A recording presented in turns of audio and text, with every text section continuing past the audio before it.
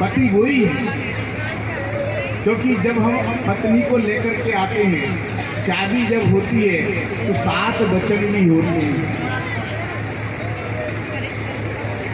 और 4 फेरा होते हैं।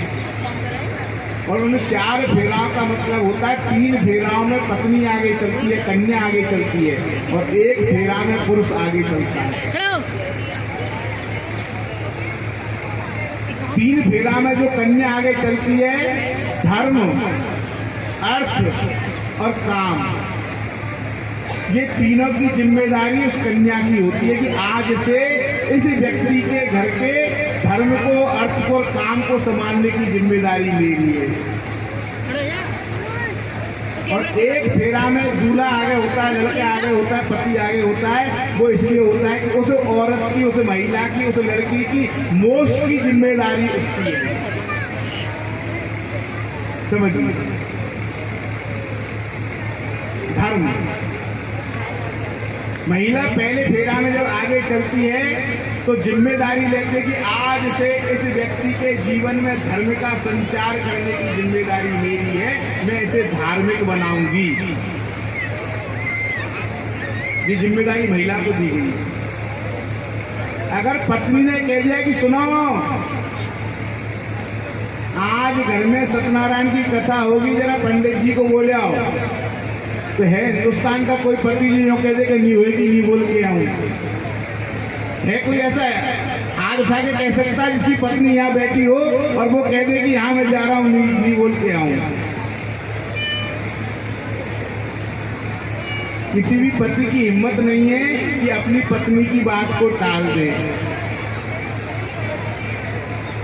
अगर पत्नी ने कह दिया कि आज ब्राह्मण भोजन कराने, तो चाहे ड्यूटी छूट जाए, छुट्टी लग जाए, एब्सेंट लग जाए, तनख्वाह कट जाए, पर दाल बाटी बैठ के कूटनी पड़ेगी, क्योंकि पत्नी का आदेश है।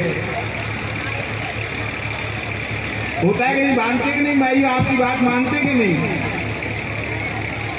और पत्नी ने कह दिया कि अगली साल भागवत हमको करवाना है, तो 365 दिन कहीं से भी कमा के लेके आए, पर वो तुरंत भागवत के लिए तैयार हो जाएगा। और जिस घर की महिला उल्टा है, कुलक्षणा है, धुंधली जैसी है, वो तो और धर्म घर में होगा तो ठाकुर जी ने बाहर रखे आएगी। इसलिए पहला जो फेरा होता है वो धर्म का होता है। दुनिया के किसी भी आदमी को अगर धार्मिक बनाने की जिम्मेदारी है तो वो इन माताओं की है। कितना भी बड़ा नास्तिक होगा उसको भी जो है नाथ करके और जो है भगवान की शरणागति में खड़ी कर सकती है। दूसरा होता है अर्थ का, पैसे देने का। अगर घर की महिला सुलक्षणा है तो थोड़ी कमाई में भी अपने घर में सारे संसाधन इकट्ठे कर सकती है। चाहे भली घर में कम कमाई हो, अगर इस साल जो है 10 बोरी गेहूं की बजाय 4 बोरी हुई है, तो उन 4 बोरियों में भी पूरे साल आराम से अपना जीवन जी लेगी। और उल्टा है तो 10 बोरी के, 5 बोरी के 2 बोरी राख देगी और 1.5 राख देगी। कैसे? सबसे पहले खेत से गेहूं आए, गेहूं जब आए साफ करने बैठी, और साफ करने बैठी तो आधा तो उसने वो सूपड़ा के संग में खत्म कर दिया, आधा छलना के संग में खत्म कर दिया, आधा कंकर बीनने के साथ में कर दिया। 1 कंकर 4 गेहूं में। फिर गई आटा पिसवाने, चलनी में छानते मोटे मोटे आटे के संग में आधा आटा खत्म।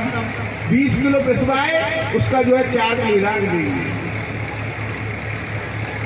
घर में पति 2 किलो लौकी लेके आया, छील का से ज्यादा गिदाई उसका छील डालेगी और फेंक कर मोटी रोटी करेगी। तो लाए 2 किलो कौन कौन कुछ चलाऊं या मुँह पे तो नहीं हो।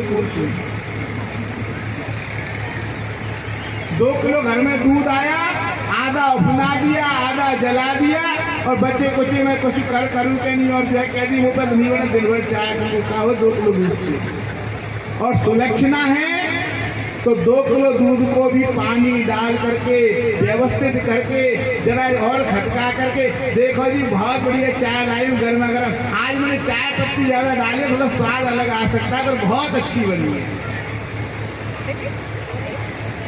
तो पैसा बचाने का काम भी पत्नी का है। पति चाहे कितना भी कमाए, अगर पत्नी जो है सुरक्षित है तो उस घर में लक्ष्मी का वास हो जाएगा। और पत्नी अगर उल्टा है तो वो कमा कमा के खोपड़ी के सारे बाल उड़ा ले, पैरों में विवाही फाड़ ले, घुटनों का ऑपरेशन करवा ले, तब भी उस घर की पूर्ति नहीं हो सकती।